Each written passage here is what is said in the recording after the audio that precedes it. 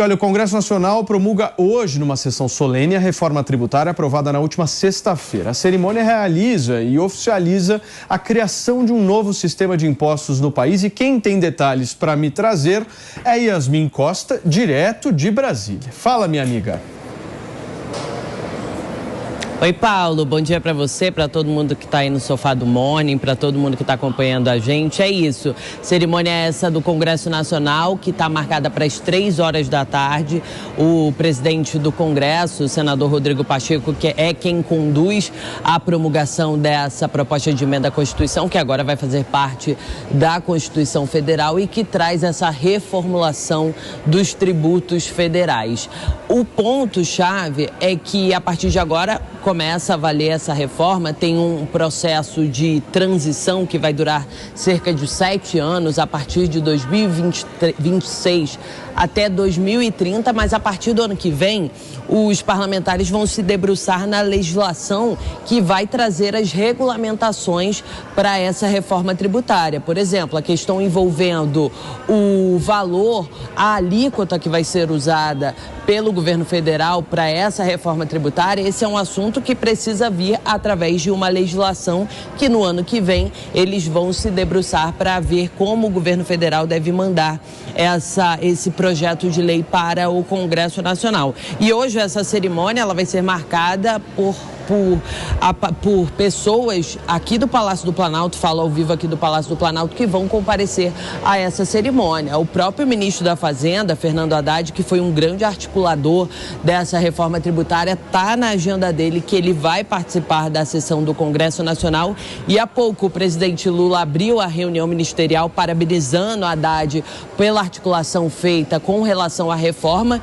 E Lula disse que a reunião ministerial de hoje vai ser um pouco mais rápida, porque ele tem muitas agendas durante a tarde. Então, a expectativa, conversando com algumas fontes aqui do Palácio do Planalto, é que o próprio presidente Lula compareça a essa sessão do Congresso Nacional para mostrar a importância que o governo está dando para a aprovação dessa medida. Mas para o ano que vem a gente ainda vai discutir, vai tratar dessa questão da reforma tributária, porque vem a legislação aí para regulamentar todos os pontos trazidos por essa emenda à Constituição. Muito bem, Yasmin. Obrigado, querida, pelas suas informações. Valeu. Maninho, por que você não está muito satisfeito com essa reforma, hein? Não, vamos lá. Primeiro, tem que dizer que é uma boa notícia a reforma. O Brasil tem, ao longo dos anos, construiu o pior sistema tributário do mundo. É muito complexo pagar imposto no Brasil, são 1.500 horas em média por ano que as empresas gastam só para calcular quanto precisam pagar de impostos.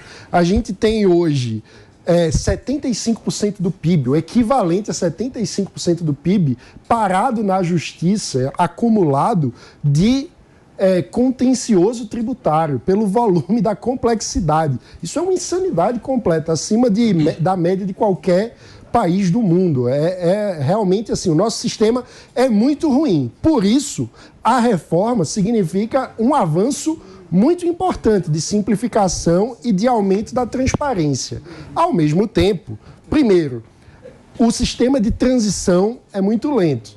Então, a gente só vai conseguir sentir os efeitos mesmo da reforma lá para 2030. Enquanto isso, tem um sistema de transição que vai ser complexo e que é demorado.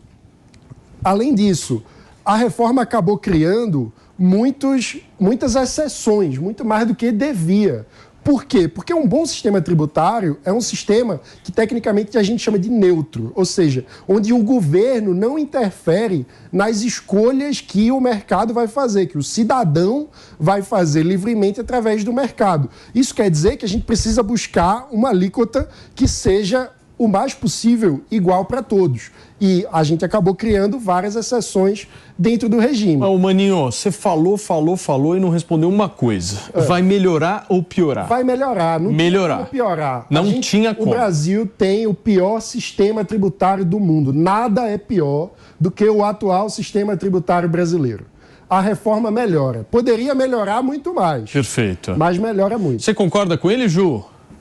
Olha, é difícil responder essa pergunta porque boa parte do que vai ser aplicado ainda vai ser encaminhado para o Congresso no ano que vem, né? Houve muito espaço aberto para a regulamentação das leis complementares. Então, hoje, por exemplo, se você perguntar qual vai ser a alíquota que vai ser paga, a gente não sabe responder essa pergunta.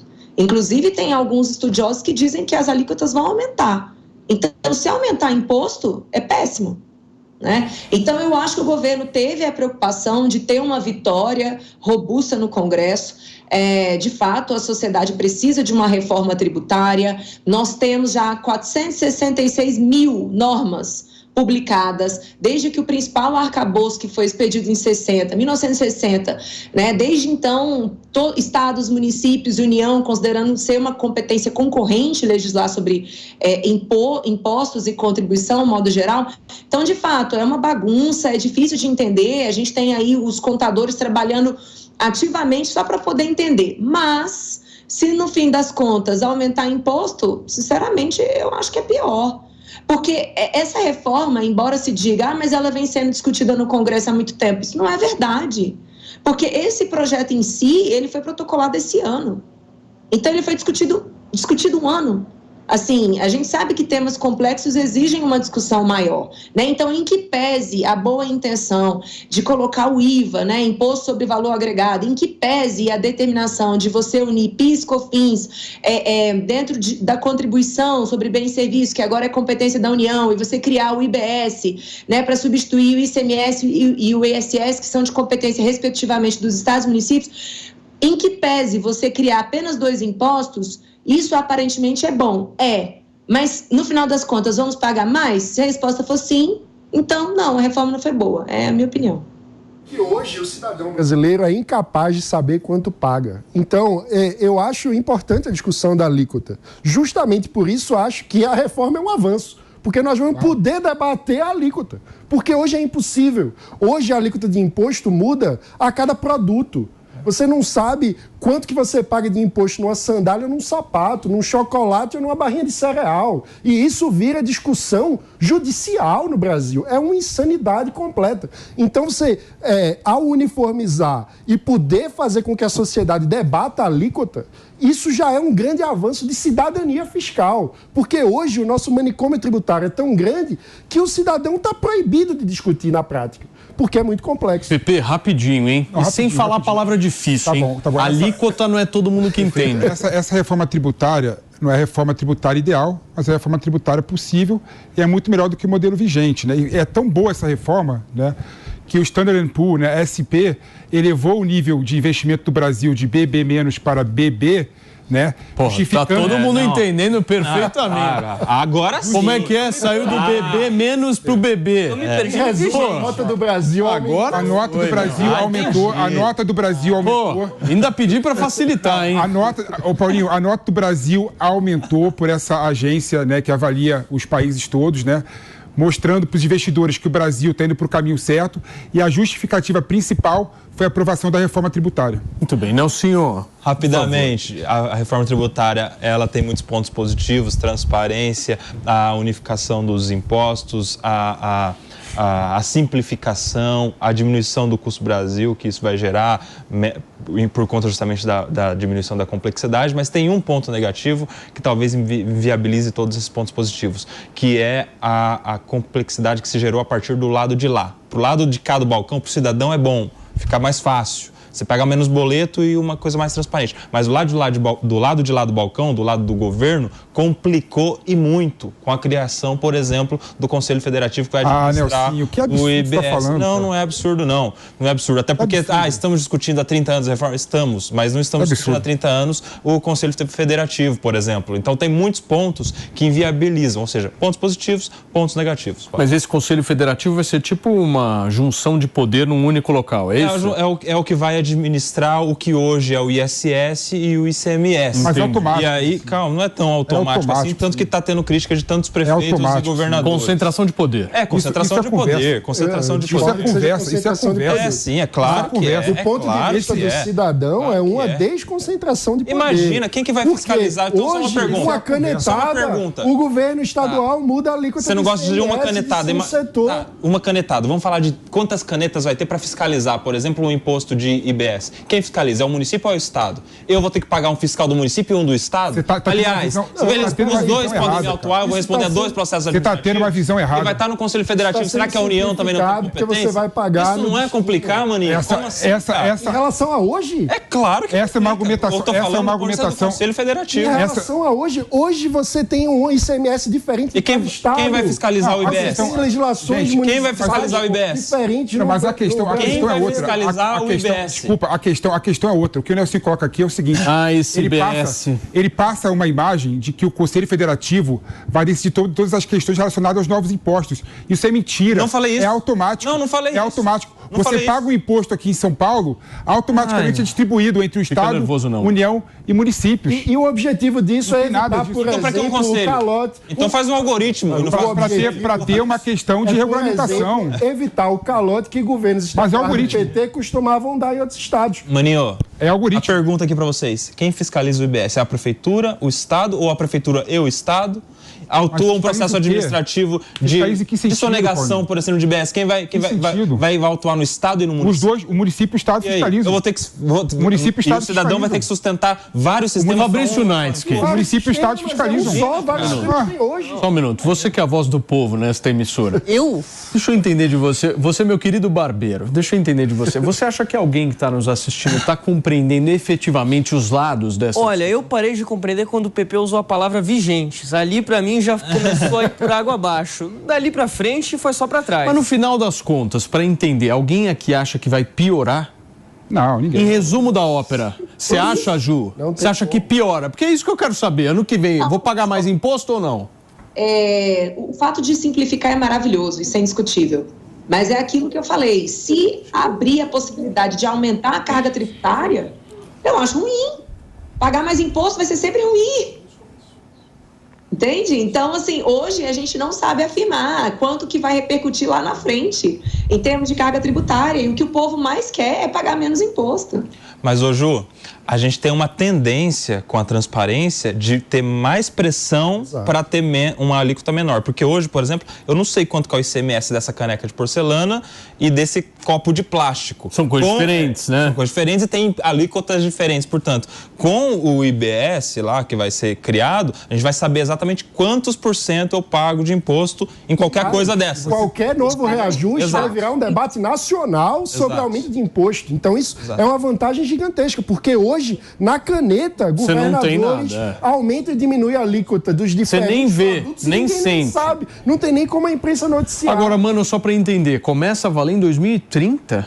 É porque vai ter um longo modelo de transição. Por exemplo, ano que vem, o que a gente vai ter de diferença? Vai ter uma alíquota de 0,1%. Vocês estão brincando, que é para é a transição. Ano novo, vida velha. Para as empresas começarem a aprender a pagar no novo modelo tributário. E aí, o que prevê o texto é que vai haver um equilíbrio de avanço de quanto é essa alíquota, enquanto os outros impostos vigentes, os atuais, vão ser diminuídos, até que você acaba a transição. Por isso é difícil também dizer qual vai ser a alíquota. Entendi. Ju, você me pediu? A transição, na realidade, é a partir de 26, né? Mas, assim, eu só quero destacar que a gente sabe, sim, o imposto das mercadorias, gente. Não sabe, né? Eu não tenho a mínima ideia de quanto é o ICMS. Nem o maior especialista em tributação é capaz de... Por que a gente sabe, Juliana? Uai, porque tá na lei, gente. Ô, Ju, quanto que é o ICMS dessa caneca aqui?